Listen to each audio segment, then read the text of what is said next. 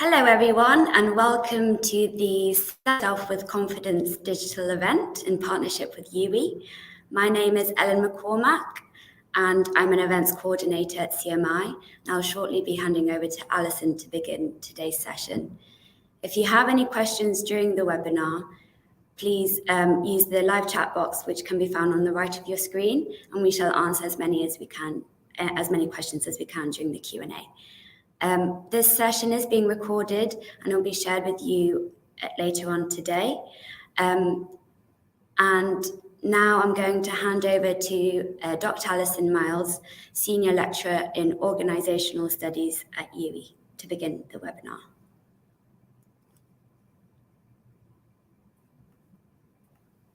Thanks, Ellen. Hi everybody, hope you're all well.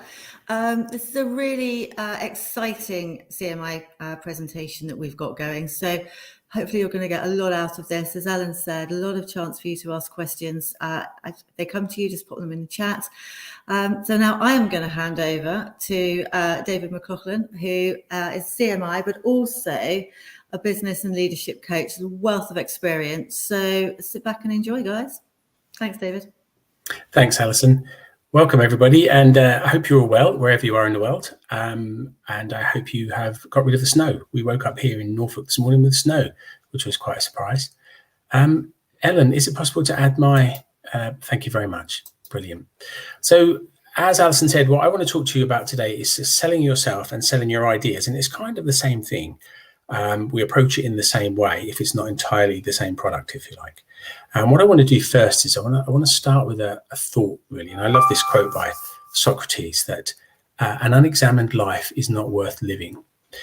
And people say, well, why would I examine my life? Why would I keep looking at it? And I think you have to keep refreshing and keep looking at what you do well, what you could improve, what you bring to any particular party, what you need to take away from that as well in terms of the give and take of life. So as part of that, really, I think what I want to start with is looking at values, and then we'll go on to selling your ideas in a little while. So when we think about values, and at this point, often people say, this is about selling yourself. Why do I need to know what my values are? Well, if you don't know what your values are, you can't really sell yourself with any authenticity, because you'll give up bits of you that you find really important in order to get the gig or in order to get the deal. So we need to think about what our values are. What are those red lines in the sand that are our principles and our meaning for life, really?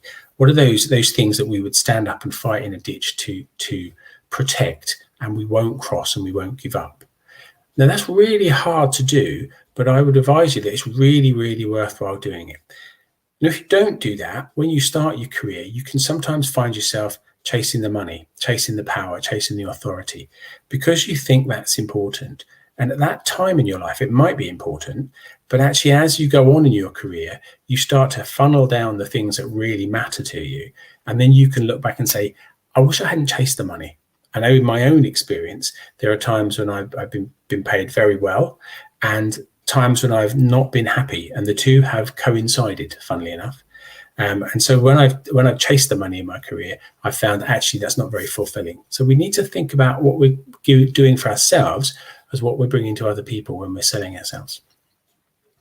And values will allow you to preserve your identity and be authentic once you understand what those values are. Now, one of the things that people often say to me is, how do I become authentic, and how do I maintain my authenticity in a situation? How do I bring my whole self to a situation when I don't feel that that's a safe thing to do? And that's unfortunately a situation for more and more people as the world changes. And what I would say is, if that's the case, if you genuinely can't bring your authenticity to a situation, can you change the situation? Can you be in a different environment? Can you be in a different place? Is what you're trying to, that square peg you're trying to force into a round hole, is it really what you want to do? So have a think about that as well. We're thinking about values as well. One good way to think about them is think about the Maslow B words, the being words: beauty, truth, goodness, simplicity. But make sure they're authentic for you. Everybody says, oh, my values are honesty and integrity. But what does that mean? And if you start to say, well, what does that mean? They're not really impersonal to you. So you need to make sure that any values you espouse are personal to you and actually mean something, and you can stand up and illustrate those really quickly. and something that you can get behind. And if you know your values, you'll know yourself a lot better, and you'll have a much better understanding of what you bring to an environment with the confidence to do that well. So once we've identified those values, how can they help us? Well, they can help us understand what job we should pursue, whether we should be pursuing money, whether we should be pursuing power, whether we should stay where we are, whether we're happy with what we're doing, whether or not we should accept promotion. Does that promotion counter to my values? Is managing other people something that is really what I want to do? And if so, why? Think about that. If I want to be managed, if I want to be creative, if I want to be entrepreneurial, does that fall in line with this promotion? Or is that going to take away something from my values? Should I start my own business? Should I be an entrepreneur? Should I move into a creative industry if that's really what I want to do? Should I be technical? What should I do? And understanding what makes you who you are and what really floats your boat will give you a much better understanding of how to do this. Now, of course, we can think about this in not just work related, because we want to be 100% of ourselves 100% of the time, if at all possible. So, understanding your values can help you understand whether you should continue with a relationship or not. Are you in a relationship with the wrong person because of your values clash madly? And is that something that is a creative clash, something good comes out of that, or is it a negative clash? And we have those different types of conflict, of course. Should I compromise? Should I compromise what my position is based on my values? Now, if I'm selling something to you, if I'm selling an idea, how far am I willing to compromise and still stay within my values? Now, some good examples of this, if you've ever seen Dragon's Den, and I suspect some of you probably have, this program's been going for years, but if you ever see Dragon's Den, you can watch it sometimes and think, these people have been offered money and they've walked away from it. And that's because the offer doesn't chime with their values, doesn't chime with where they are as an authentic individual. And again, you might say, I thought this was about selling myself. We're going to get to that bit in a minute, so stick with me here. One of the things that I think is really important for people today as well is to look at your position where you're coming from and your position where you're going to, and think about, do I want to stay in a traditional pathway and follow a traditional pattern, or do I want to get there via another route? That may be a circuitous route. You may have to go all over the place and try different things to get to where you want to be, but that may be more comfortable for you than taking a traditional route of grinding away for years until you get to the position you want to do. So have a think about all of these things. Have a think about, what is your life purpose? What do you specially bring to the world? And you may say, well, I think I'm just a manager. Well, I would say, think again, have a look, investigate your life, examine your life, see where you bring out these things, because they will give you the confidence to sell yourself a lot better. Now, when we are selling ourselves and we're selling products and we're selling anything really, what we want to do is tell a story. And we want to tell a story that people can get behind and people can say, I really see where you're coming from here. I understand this. Tell me more. Tell me more. And so we break our story down into 3 parts. We've got the hook. Why should I listen to you? This is what I'm going to do. This is the problem that you've got. Then we have the act 2, which is the main part of the story. And if you read books and you read fiction, you'll always have what's known as a night of the dark soul, or the dark night of the soul. The dark night of the soul, not the night of the dark soul. The dark night of the soul, where there's a problem. If it's a romance, the 2 people that are destined to be together will fall out and will appear to go separate ways. If it's a problem-solving story, if it's an adventure, there's peril that comes in, there's danger. It all looks like it's going to fall apart. And then in the end, at the close of the story, Act 3, you get the resolution. So when we're selling ourselves, we need to have that hook. What is a hook? Why should a busy person listen to you? If you're stopping me in the corridor at work and you want to sell yourself to me or sell an idea to me, why should I listen? I'm just going to leave that hanging there. That's not a rude question. It's not an arrogant question. But as I've got 100 other things to do, why should I listen to you? So think about that. Why should I listen? Is what you're saying interesting? Then try and solve the problem. So I understand you've got this problem. This is Act 2. I understand you've got this problem. I've got a way to solve that for you. Then it comes into Act 3. This is what you could do in order to solve that problem. This is what I can sell you. This is what I bring to the party that you didn't know about because you didn't necessarily interview me. I wasn't interviewed on that basis, but I bring this to the party, very much bring it alive, and I can save you a lot of time and trouble. So we need to bring that story alive, make it live for people, make them want to stay with it. but you need to be honest. Honesty is the key here. And that's really, really important when you're doing this, because you will get found out. That's the bottom line of it, you know. And there's an acronym we use here called TRUTH. And make your story topical, make it relevant to the people you're talking to. Don't talk to people who have no skin in the game where you're concerned here, that have no interest in what you're trying to tell them. You know, you're talk to them about other things, but don't try and talk to them about something that you're selling, because if it's not relevant, it's just not going to resonate. Think about when other people talk to you. Is it unusual, or is it the same old, same old? Are you giving the same thing that 100 other people in the building can give? And some of them will give it better than you. So think about what makes you different, what you bring that's unique, what you bring that's unusual. Identify the trouble that you're trying to solve for them, and be very, very human about it. Bring that humanity to it. And when you're doing this, ask yourself the so what question. So I've got a degree in IT.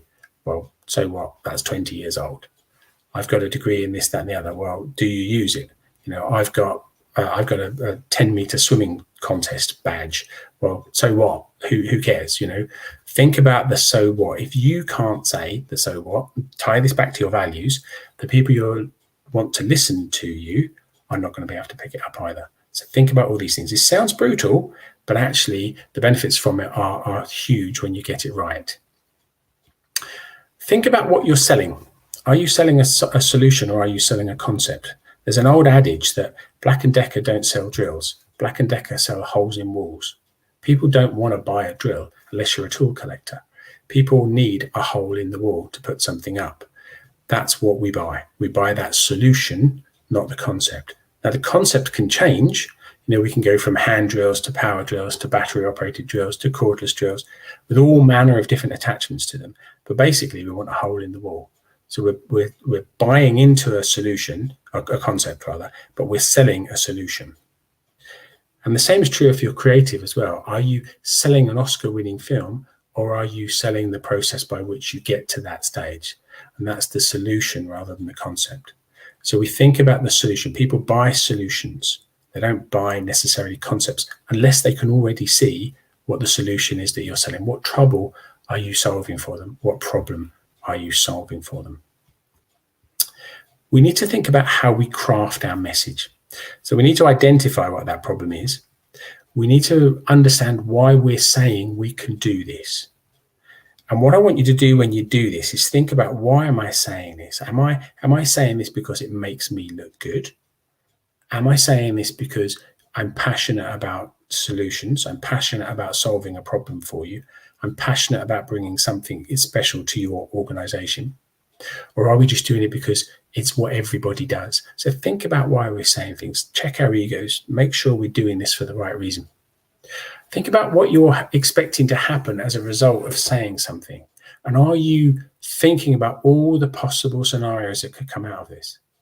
If you speak to somebody and you say, I want to sell my idea to you, I want to sell myself, this is what I bring to the organization. If somebody then turns around and says, great, when can you start? Are you ready for that? If somebody says, no, I'm sorry, that's nothing we want, are you ready for that? Are you ready for the different scenarios that could come out of what you're saying? And are you thinking about the other side of the message that you're making there? If you're doing all those things, you'll be connecting with your audience. And when you're connecting with your audience, make sure that you're talking the same language. Now, I don't mean English or Italian or French or whatever it might be. What I mean is, are we talking the language that these organizations are using? Are we saying the things that resonate and make sense to people? What are they expecting us to say? What are they expecting to hear from us? What are they expecting for us to bring to the party? Are we just wasting their time, or do they know what we want to talk about? Think about when you communicate as well. Think about the ABC of communication. So it's accurate, brief, and clear. Think about how you get that message across in the shortest possible way. Because I want your message, not your podcast. If I want to listen to your podcast, I'll hire you. But I'm not at that stage yet. What I want is that hot trailer that's going to lure me in, that hook of the story that's going to make me want to talk to you a bit more. Now, I might not be able to talk to you now, but I might say to you, actually, what you're saying is really interesting. Can we have coffee tomorrow? Can we do lunch tomorrow afternoon? Can you come in and see me in my office on Monday morning? Whatever it might be. So also be prepared for that to happen as well. Not everything is going to happen as and when you want it to happen, because other people have their own agendas. Think about the people that you're speaking to. If you can, find out about the people that you're speaking to. Are you speaking to feelers, for example, who want to do small talk? Are you speaking to thinkers who are logical and more organized and want facts and logic and details and data? Where's the proof this has happened? Who else have you done this for? Are we talking to sensors, or are we talking to intuitors? Think about the people that you're talking to, and you may have to alter the way you deliver the message for different people. You may have to build in additional time for people to think about what you're saying, take it away, ruminate on it, come back to you, ask more questions. So think about the different ways that people are likely to communicate, and try and do as much research on the person you're talking to as possible, whether that's a single person or whether that's an audience. Think about what makes you special. If you don't understand what makes you special, why should anybody else get it from you? Why should they deal with you? Why should I pay you X amount of money to turn up every day? What is it about you that I get from you that I don't get from 100 other people? Now, that's likely to be a package of things. That's not likely to be one thing on its own. You're going to bring a range of things to that party, to that engagement, that in the way they mix together is unique from other people. So you need to try and understand what that is. Think about where you've made a difference and what difference have you made in the past. How have you helped other people arrive at a solution that's going to solve their problem?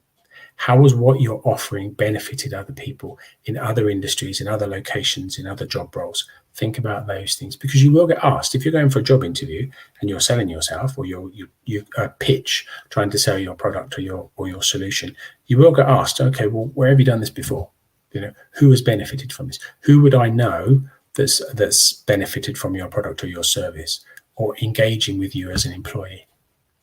How did you make that difference, and when did you make that difference? Because if we made that difference a long time ago, is it still relevant?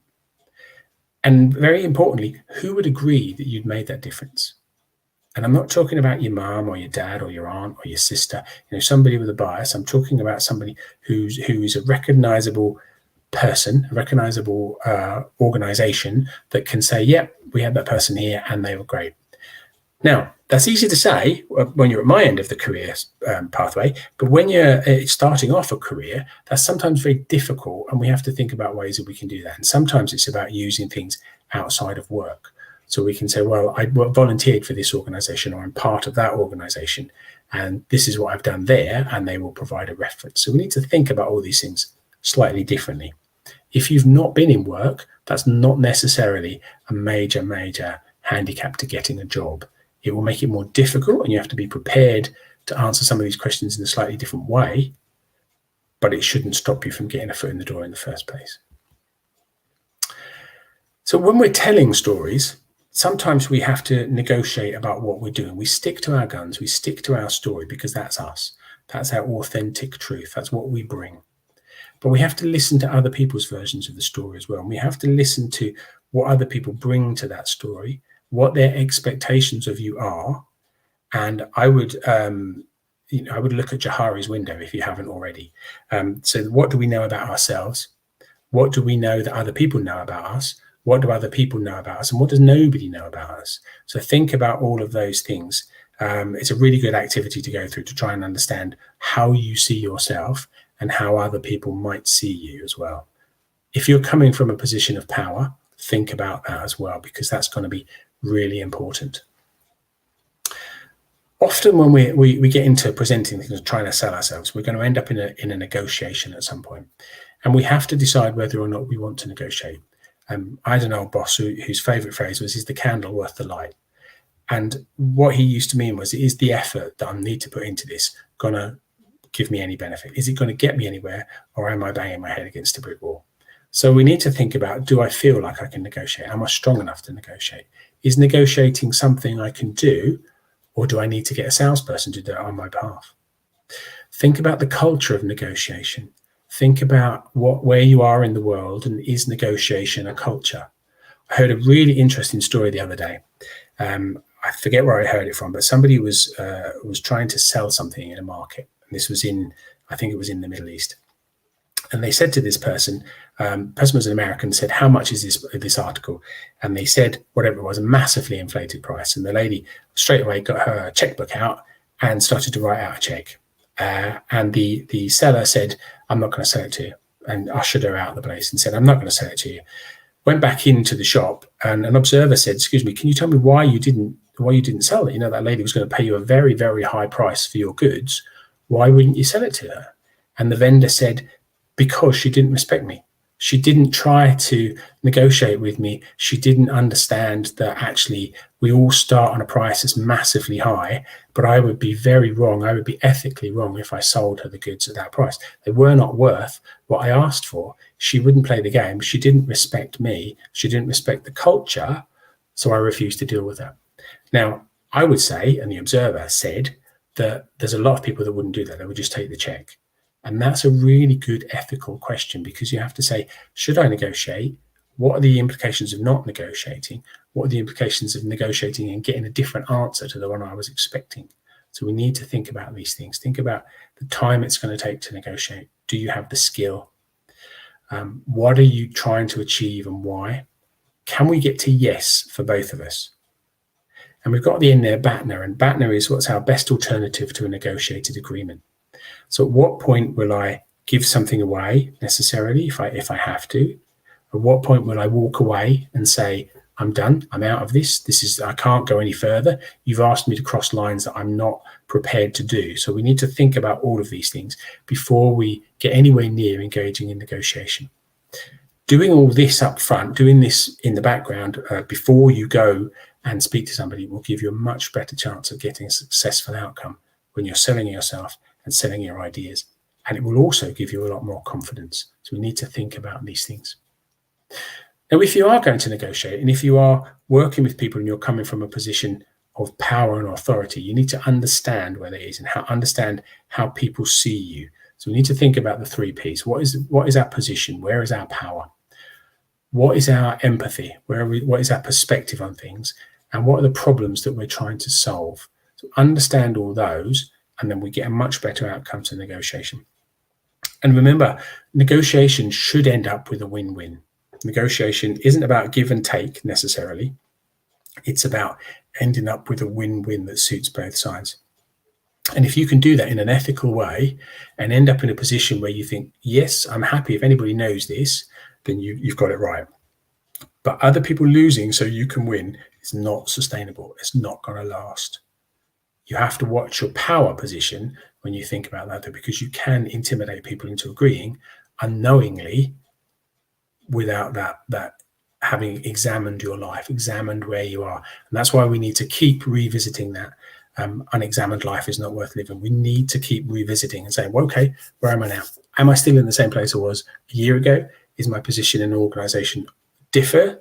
How do people see me? What's my perception? How am I perceived within the group that I'm working with? Has that changed? And we need to keep going back to that and understanding where we are. Now, at times with all this, you're going to be faced by really difficult conversations.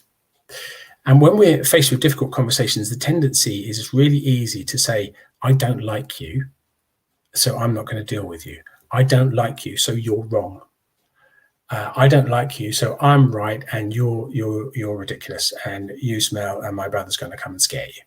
So we have to avoid that, because that will take us down that childish route and we'll end up in the playground. So we need to think about what the issue is rather than the person. Take the issue away from the person that we're dealing with. I don't like you, but I will respect your issue because it's the issue that we need to deal with. You and I may never get on. We may never see face to face, but that's not important right now. What's important is the issue that we're dealing with. So we need to be able to go back to that, separate that from the individual, separate that from the personalities, and understand what it is that we're trying to solve.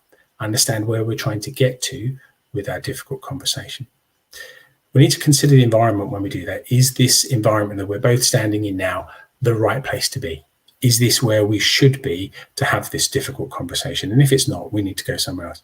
We might want to go into an office. We might want to go into a public space. We might want to go into a space there where we both feel safe, where there isn't a power imbalance, and understand what we're trying to achieve, why we're trying to achieve it. And most of all, with difficult conversations, be open and honest. Don't try and fudge around this. Don't make up excuses because you don't want to do something. Be open and say, you know what, I really don't want to do that. I wish you all the luck in the world, but I'm not going to get involved. We need to be able to have those difficult, honest conversations to build that confidence, to allow us to sell ourselves, to sell our ideas much better as we move forward. Now, when it comes to speaking, excuse me, I'm just going to have a mouthful of tea. When it comes to speaking, I love this adage, this old quote from Mark Twain. There are two types of speakers, those that are nervous and those that are liars. And people who come to pitch, if they're not nervous, they're not doing it right. They're missing something. They're losing something on the process there. Not something is missing. They're not prepared. They're not ready. We're all nervous. I do these things all the time, and every time before we start, I just still feel a little bit of nerves. It does two things. It makes me check if I'm ready, and it lets me know that I'm still enjoying it. If it ever gets boring and we just come on and go, yeah, whatever, that's not going to float my boat anymore. So we need to check in with ourselves and be honest if we're feeling nervous. But there are ways that we can deal with those things. Preparation is the key to everything. Let's make sure that we prepare properly so that we can deliver the best that we can deliver. Some people will tell you to practice, and I would practice a little bit, but I would not practice too much because it will get stale. You will get yourself bored with it if you over practice and over practice and over practice. And then the risk is then you try to follow a script that you've set in your head, and the minute you don't know what the next word is, you're lost. The best advice I would say in terms of public speaking and selling and pitching and all the things that we're talking about is know your opening. Once you've got that down, what's the first thing you're going to say? Everything else will flow. Everything else will follow. You need to believe in yourself. Make sure that what you're saying is true, open and honest. Make sure that it chimes with your values. Make sure that you know what you're selling. If you're selling you or you're selling something else, make sure that you know what you're selling. Take some deep breaths. Stop. Stand up straight. Take some deep breaths. Try and release as much tension as you possibly can. And get the opening down and get it out. Now, you need to look at your audience, but don't stare them out so that they get really, really concerned. We don't want to come across as that serial killer. We want to talk to 2 or 3 different people. Now, if you're doing this online, there's different ways to think about this. But once we all get back to being able to do these sorts of things for real, if you've got a couple of people, or if you've got a big audience, pick a couple of people at the back of the audience and talk to them. Talk to those 2 people. Everybody else will think you're talking to them. It really works well. And it's a real easy thing to do because you're not talking to 500 people. You're talking to 2 people, one on either side of the room. Think about little tricks like that that might work for you. And if that doesn't work for you, find something that does, because the best tools that you can use are the ones that work for you. So we need to think about all these things and make sure that we're prepared to go on and do what we need to do. So some key takeaways for you. As I said, preparation is the key. And I like to use 6 Serving Men by Kipling. I keep 6 honest serving men. They taught me all I knew. The names are where and what and when and why and how and who, or something like that. But the 6 things are what, why, when, where, how, and who. So think about that. What did I do? Why did I do it? Where did I do it? Who did I do it for? When did I do it? And how did it make a difference? What can I do for you? How can I do that for you? When can I do it for you? Where can I do it for you? Who's going to be involved when I do it for you? Is it just you or is it other people? All of these things, think about these things as a nice, simple structure to help you organize your thinking, organize your ideas, organize what it is you're selling. What am I selling? Who am I selling it to? Where am I selling it? How much am I selling it for? How often am I selling it? All those things come off those 6 simple questions. Be very, very clear about what you're saying and understand why you're saying it, and be ready for different types of response that you're likely to get. Think about the recipient. Let them know what you want them to do next. Have a call to arms. What is it you want me to do now you've told me this information? Am I just going to sit on it? And if you think about this before you craft your message, it will help you with your message. What do I need you to do next? Do I want you to come back to me in 2 days' time? Do I want you to fill in this form? Do I want you to give me some kind of appraisal? Do I want you to get your checkbook out? What is it I want you to do next after I've given you this information? Because if we're not clear about that, that's where it will stop. We'll just hang there, leave it there, and everybody will walk away feeling slightly awkward and nobody will go any further.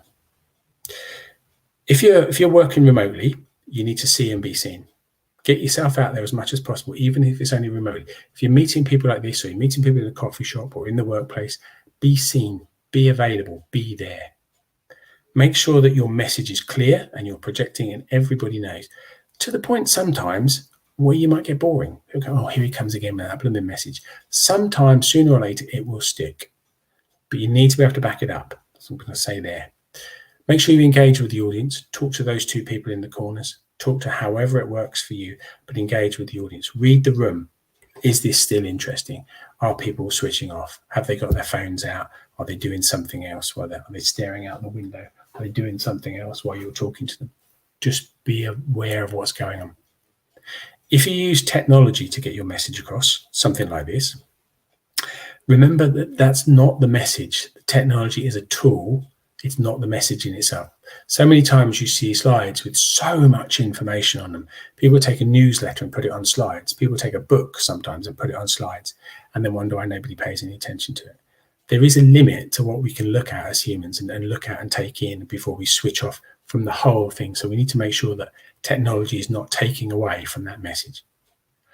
Make it very, very easy for your audience to remember you. That's the key to this. When you've done all of this, you've spoken with confidence, you've looked at your values, you know what you're selling, you know what you bring, you know what benefit you're going to get for these people, make sure that they remember you. However you do that, make sure they remember you and remember your message. So that if they haven't got a problem to solve now, when they do have a problem, you're the first thing that comes into their mind. Oh yeah, I spoke to that person a few months ago. Have we got their number? Let's get them in. They may well fit this bill. Let's get them in. Let's get a coffee. Let's take them to lunch. Whatever it is, we can make sure that we can get them in and talk to them. So that's the end of the presentation from me. We're going to go back to the studio now because I think we might have some questions. Thank you so much, David. That presentation was full of tips and great insights. I have a few questions. The first question is fake it until you make it a real thing? That's a really good question, actually. And it's one that comes up quite a lot. And I think it is, but it will only get you so far. And it is providing you're prepared to do the work. So if you can fake it, you may well get to the stage where you've stopped that person in the corridor, you've faked what you've got to offer, and they've said, great, come and see me on Monday morning. Now, if you get that far and you are faking it, you need to get your head down, get in the books, do the practical stuff, undertake some exercises so that when you go and see them on Monday morning, you can back up what you've said. Otherwise, it will become very, very transparent very quickly that you have no idea what you're talking about. So make sure that you can back it up, whatever you're pretending to be able to do. And the worst thing you can do really is go into a situation where you have just faked it, you've got no way of backing it up, and you're going to get yourself in a problem. If that's the case, be honest. And I would say to people, look, thank you very much for seeing me. I was really cheeky when I said I could do this.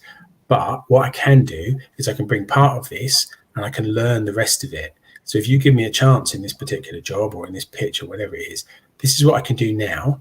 This is what I can learn to bring. Can we still work together? And that's what we get into negotiation. You know, I'm a really good learner. I've got a history of learning. I've got my degree, whatever it might be. We can bring that to the party that wasn't necessarily there at the first place. So we're being cheeky, but we're admitting that we're being cheeky because that also shows initiative. Yeah, thank you. I just want to remind those who are watching that if you do have any questions, please use the live chat box on the right of your screen. But I do have a few more questions. The second one is, how can you be confident around people who are in more senior positions? That's another really good question, and one that comes up quite a lot as well, actually. People say to me, you know, this is all very well talking to you, you're kind of relaxed and easygoing, but what about when I'm talking to somebody higher up who may be a bit scary? You know, let's face it, we look at people higher up in organizations and we think, good Lord, you know, they're not going to, why would they talk to me? And you have to ask yourself, well, why would they talk to you? What do I bring Where are my values? Should I be talking to them? And there's a really good question here that if people in higher positions won't talk to you, is this the organization that you want to belong to? And there's a difference, I think, between being scared, and we're all nervous about people in positions of authority, especially if they pay us, and they hold the keys to us being in the building in the first place. But if we're talking to people that we're frightened of, should we be working in that space? Sometimes that fear comes from not having confidence in what you bring, what you offer, what your specialities are, where you've made a difference, understanding those things. Sometimes we can walk around and it's kind of just like, oh, it's this hierarchy, they must be awful. And sometimes it's about the perception that people are, our cultural perception can be the higher up an organization people go, the more aggressive, the more full on they have to be. And we've seen this in some cultures that we're exposed to in the media, where people in charge are that way inclined. They're not listening to people. They're not being human. They are, you do this or else, you do this or you're fired, get out. We have The Apprentice on television, don't we? And that's very much the kind of key in that, isn't it? Do what I want you to do it well or get out, waste of time. And that's a horrible thing that we still see as a hangover from cultures we've had in the past. So getting back to answer your question, I would speak to them with confidence. I would speak to them the way I would speak to anybody else, respect their position, give them the opportunity so that you can respect them as an individual as well.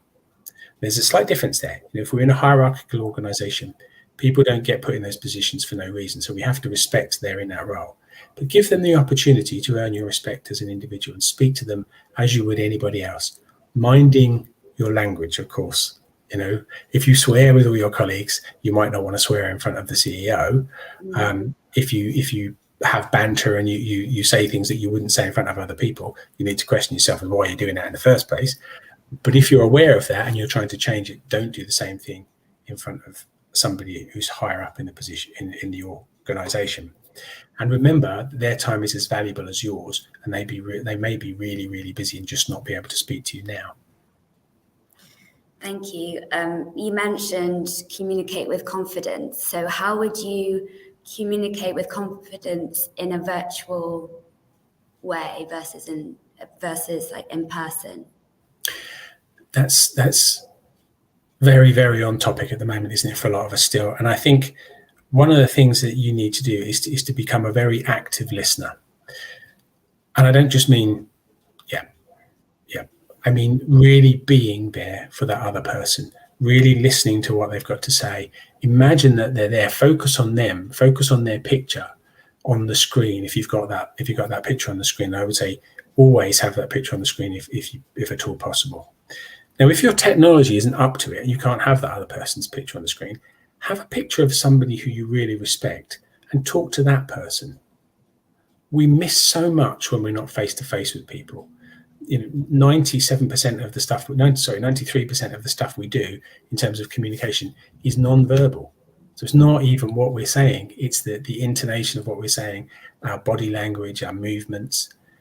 So be there for that person. Listen to what they've got to say. Actively listen. Don't be sitting and thinking, oh, wow, I've got to go to Sainsbury's after this. And I hope this hurries up because it's going to rain and I really don't, I really don't want to get wet. So we need to think about, I'm being silly, but we need to think about, are we there? Are we listening to people? And if we can't, then let's do it another time.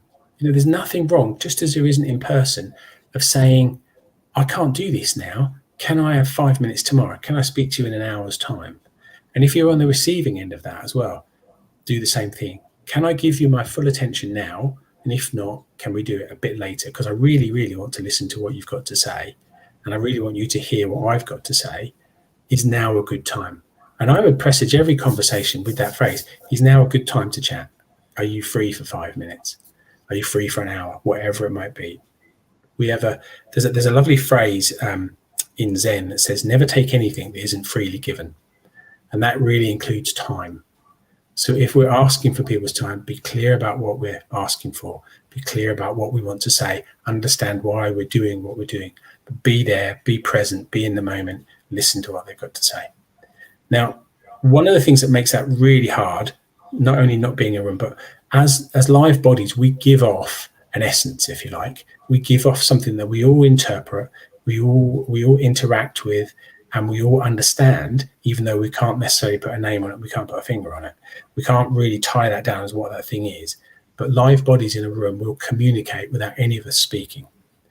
You know, if you go into a room and nobody's speaking and you go in and you think, God, everybody's really miserable in here. You don't know why. Nobody said anything. Everybody looks blank. Nobody is looking miserable. Nobody's complaining. But you just know that the atmosphere is not right. We know these things intrinsically. That's missing when we do stuff online. So we have to account for that as well. And we do that by asking, you know, have you got 5 minutes? Is now a good time? Would you rather do this later on? Is everything all right for you? How are you going? How are you really going? How's your day been? You know, we need to do those kinds of things more than we necessarily would if we were face to face. Yeah, thank you. We have a question from Lucy. How would you be yourself without coming across as too much to others? For example, certain people or situations may require different characteristics. Yeah, that's a really good question, Lucy. And that's, for me, that's about reading the room. It's about reading other people, understanding where you're coming from in terms of power. Are you empathizing with people? Are you able to communicate? And good communication skills are key to everything we do, key to this as well. And sometimes, you know, you have to say, I need to get this message across, but I'm not the best person to do it. You know, what I'm good at is inventing stuff in my shed. What I'm good at is coming up with a whole new way of working. What I'm good at is the IT. That's what I'm good at. If I've got to come and talk to you about it, I'm going to be hopeless. So I need to get somebody else to come and talk to you on my behalf. Now, I may come with them, but we may have a different dynamic there, because if I try to communicate, we're not going anywhere. I'm going to bore you rigid, and I may already be doing that. I'm going to bore you rigid, and we're going to not end up where we want to be. You're not going to realize what it is I'm trying to do. I'm not going to be successful. Nothing's going to happen. So we need to look at it and say, is communication my forte? Can I learn to do it? Can I learn to read the room? Get some feedback from people, practice it with somebody who you feel safe with, then practice it with somebody who you don't feel safe with somebody else in attendance. It doesn't have to be formal. This can all be fairly surreptitious. You know, you can meet somebody in the common room at work.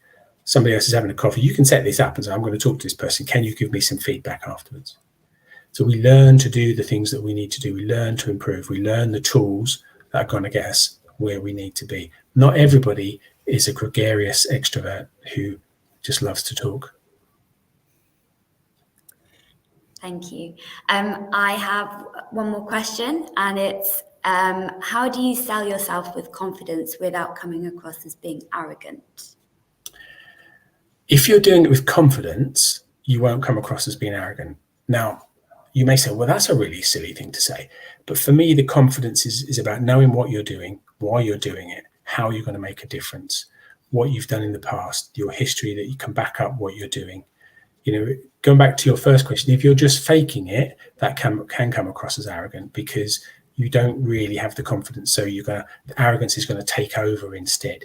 If you really believe what you're doing is right, and you really believe what you're doing has value and chimes with your values and is congruent with everything we've talked about, that will give you the confidence, and that won't be taken as arrogance. And it will come across as passion as well. People will see your passion rather than your arrogance.